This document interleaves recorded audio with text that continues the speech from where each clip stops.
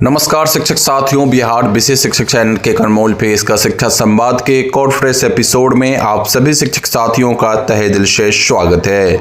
साथियों, सबसे पहले टीचर ऑफ द डे बनने के लिए Santosh Kumar ji from Khagaria and Anju Devi ji from Purvi Champaran को मेनी कॉन्ग्रेचुलेशंस। अगर आप भी बनना चाहते हैं टीचर ऑफ द डे तो इस वीडियो को शेयर करके अपने नाम और पता के साथ एक प्यारा सा कमेंट जरूर करिएगा। खबरों की सिलसिला स्टार्ट करें तो पहली बड़ी खबर। साथियों, आवास भत्ता की विसंगति दूर करने के लिए सूची की हुई मांग।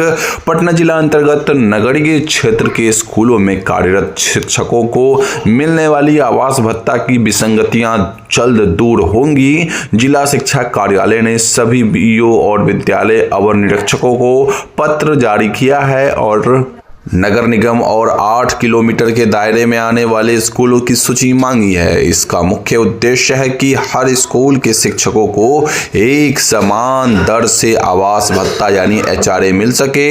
अभी तक इसे लेकर कई स्कूलों में भ्रम की स्थिति थी और शिकायतें आ रही थी। इसके लिए साकेत रंजन ने सभी बीईओ से यह सूची मांगी है। जिला शिक्षा कार्यालय ने सभी बीईओ को प्रपत्र देकर विवरण मांगा है। तो साथियों, ऐसे में पटना जिले समेत अन्य जिलों में भी ये बातें बहुत जल्द लागू होगी, जहां पे एक ही स्कूल में कार्यरत अलग अलग शिक्षकों को अलग अलग जो है एचआरए की दर से राशि मिल रही है। तो इसमें बहुत जल्द सुधार होने वाली है। इसी के साथ बढ़ते हैं नेक्स्ट अपडेट जो कि पटना जिले से ही निकल के आ रही है। चलिए जानते हैं उसे भी। साथियों, बीईओ को छोड़कर किसी कर्मी को सर नहीं कहेंगे शिक्षक। जिला शिक्षा कार्यालय पटना ने स्पष्ट निर्देश जारी किया है कि प्रखंड शिक्षा पदाधिकारी यानी बीईओ को छोड़कर प्रखंड स्तर पर कार्यरत किसी भी कर्मी को शिक्षक या प्रधानाध्यापक सर कहकर संबोधित नहीं करेंगे, क्योंकि सहायक लेखापाल, डाटा ऑपरेटर, प्रखंड साधन सेवी सहित अन्य कर्मी शिक्षकों से कनीय है। आदेश में कहा गया है कि कार्यालयों में शिक्षकों की गरिमा बनाए रखना अनिवार्य है और कर्मियों द्वारा शिक्षकों का सम्मान न किए जाने या वरीयतापूर्ण व्यवहार की शिकायत मिलने पर सख्त कार्रवाई की जाएगी। साथ ही शिक्षकों को भी निर्देश दिया गया है कि वे कर्मियों को उनके पद के अनुसार ही संबोधित करें और मर्यादा बनाए रखें। तो साथियों, ऐसे में जितने भी हमारे शिक्षक संवर्ग के साथी है वो अब बीईओ के अलावा किसी अन्य कर्मी को सर कह के संबोधित नहीं करेंगे। अर्थात मतलब ये हुआ साथियों कि अब आपके ऊपर ये कानूनी रूप से या फिर कह सकते हैं कि आप जो है मोरालिटी के हिसाब से भी आप सर कहना आपके लिए अब बाध्य नहीं है। अब आपके ऊपर है, आप जैसे संबोधन करना चाहे तो कर सकते हैं। खैर, बढ़ते हैं नेक्स्ट अपडेट की ओर। चौथे चरण की शिक्षक नियुक्ति का रोस्टर क्लियर। जी हां शिक्षक बंधुओं, राज्य में चौथे चरण की शिक्षक नियुक्ति के लिए सभी जिलों को रोस्टर क्लियर कर दिया गया है, जिससे बहाली प्रक्रिया को गति मिल गई है और बिहार लोक सेवा आयोग को अधियाचना भेजने की तैयारी तेज हो गई है। माना जा रहा है कि जनवरी माह में ही अधियाचना भेज दी जाएगी।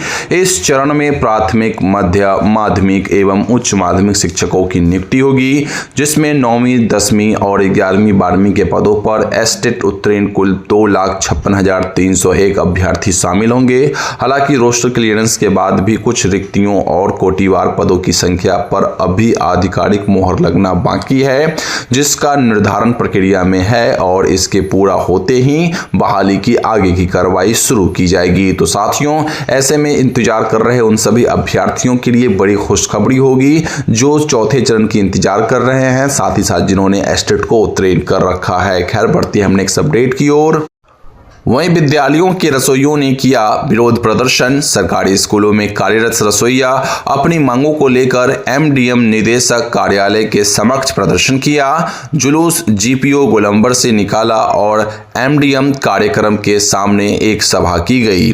सभा को संबोधित करते हुए बिहार राज्य विद्यालय रसोइया संघ महासचिव सरोज चौबे ने कहा कि एनजीओ को एमडीएम से तत्काल बाहर करना चाहिए। मानदेय तत्काल 10 10,000 करने और श्रम कोड कानून को रद्द करने की मांग की। मौके पर एक्ट के राष्ट्रीय सचिव रणविजय कुमार, पूर्व विधायक गोपाल रविदास, कमलेश कुमार, सोना देवी, रिंकू देवी, अनुराधा सिंह, राखी मेहता, दमयंती सिन्हा और रसोइयों नेत्री देवी मौजूद रहे। इसी के साथ बढ़ते हैं नेक्स्ट अपडेट की ओर। तो साथियों, जिला तबादले वाले शिक्षकों के योगदान की तिथि 21 तक बढ़ी। जी हां शिक्षक साथियों, पटना जिले में अंतर जिला तबादले किए गए शिक्षकों को आवंटित किए गए स्कूलों में योगदान करने की तिथि 21 जनवरी तक कर दी गई है। आवंटित किए गए स्कूल में योगदान देने के साथ ही पुराने स्कूल से शिक्षक स्वतः विरमित माने जाएंगे। नए स्कूल में शिक्षकों को NOC या नो ड्यूज नहीं शो करना होगा। अगर कोई शिक्षक 21 जनवरी तक भी आवंटित किए गए स्कूल में योगदान नहीं देते हैं तो उन पर कार्रवाई का निर्देश नहीं है। शिक्षक जिस दिन योगदान करेंगे उसी दिन से वेतन का लाभ मिलने लगेगा। वहीं जिलों के अंदर शिक्षकों के तबादले में देरी होगी। पटना से अपडेट निकल के आ रही है साथियों कि पिछले दिनों बड़ी संख्या में स्कूली शिक्षकों का अंतर जिला तबादला होने के बाद जिलों के अंदर तबादले की उम्मीद शिक्षकों में बढ़ गई। हालांकि गंभीर बीमारी और विशेष परिस्थिति वाले शिक्षकों को छोड़कर सामान्य शिक्षकों को जिले के अंदर तबादले के लिए अभी इंतजार करना होगा। विभागीय अधिकारियों के अनुसार मैट्रिक और इंटरमीडिएट की परीक्षा के कारण फिलहाल तबादला होना संभव नहीं है। मई जून में तबादला संभव है, तो ऐसे में वो सभी शिक्षक साथी अब थोड़ी सी इंतजार जरूर करेंगे। वहीं ब्रिज कोड संबंधित अपडेट निकल के आ रही है। 31 जनवरी तक होगी पंजीयन। जी हां शिक्षक साथियों, राष्ट्रीय मुक्त विद्यालय शिक्षा संस्थान ने बीएड योग्यता के आधार पर प्राथमिक स्कूल में कार्यरत शिक्षकों के लिए ब्रिज कोर्स के पंजीयन की तिथि बढ़ा दी है।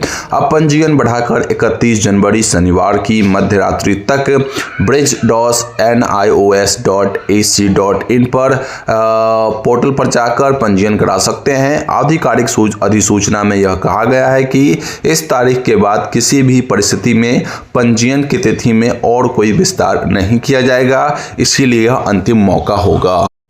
वहीं प्रधान शिक्षकों व HM को जल्द मिलेगा अंतर वेतन। जी हां शिक्षक साथियों, सिवान से अपडेट निकल के आ रही है। BPSC द्वारा नियुक्त प्रधान शिक्षकों एवं प्रधानाध्यापकों को जल्द ही उनका बकाया अंतर वेतन मिलेगा, जिसको लेकर जिला शिक्षा विभाग ने प्रक्रिया शुरू कर दी है। इस संबंध में स्थापना DPO ने जिले के सभी प्रखंड शिक्षा पदाधिकारियों को पत्र भेजकर निर्देश दिया है कि BPSC से नियुक्त प्रधान शिक्षकों और प्रधानाध्यापकों का पूर्व में विशिष्ट शिक्षक के रूप में दे अंतर वेतन भुगतान किया जाना है। इससे संबंधित प्रखंडों में आवश्यक विवरणी 3 दिनों के भीतर समेकित कर जिला शिक्षा पदाधिकारी के स्थापना कार्यालय में उपलब्ध कराई जाए, ताकि बकाये अंतर वेतन की भुगतान को लेकर आगे की कार्रवाई समय पर पूरी की जा सके। तो ऐसे में जितने भी प्रधान शिक्षक या प्रधानाध्यापक लोग हैं उन सभी को अब थोड़ा सा इंतजार करना होगा, क्योंकि अब आपकी प्रक्रिया जो है लाइन में आ चुकी है। बहुत जल्द अब आप सभी शिक्षकों का जो बचा हुआ एरियर की राशि है वो भुगतान होने वाली है। वहीं प्रधान मूल वेतन वृद्धि मामले की सुनवाई आगे बढ़ी। नियोजित शिक्षकों से विशिष्ट एवं प्रधान पद पर पहुंचे शिक्षकों की प्रधान मूल वेतन वृद्धि से जुड़े मामले में कोर्ट ने सुनवाई को अगली तिथि तक के लिए बढ़ा दिया है। इस मामले में शिक्षकों की ओर से 49,000 रुपये से अधिक मूल वेतन निर्धारित करने की मांग की गई है। यदि यह मांग स्वीकार होती है तो कुल वेतन 80 से 90,000 रुपये तक के दायरे में पहुंच सकता है।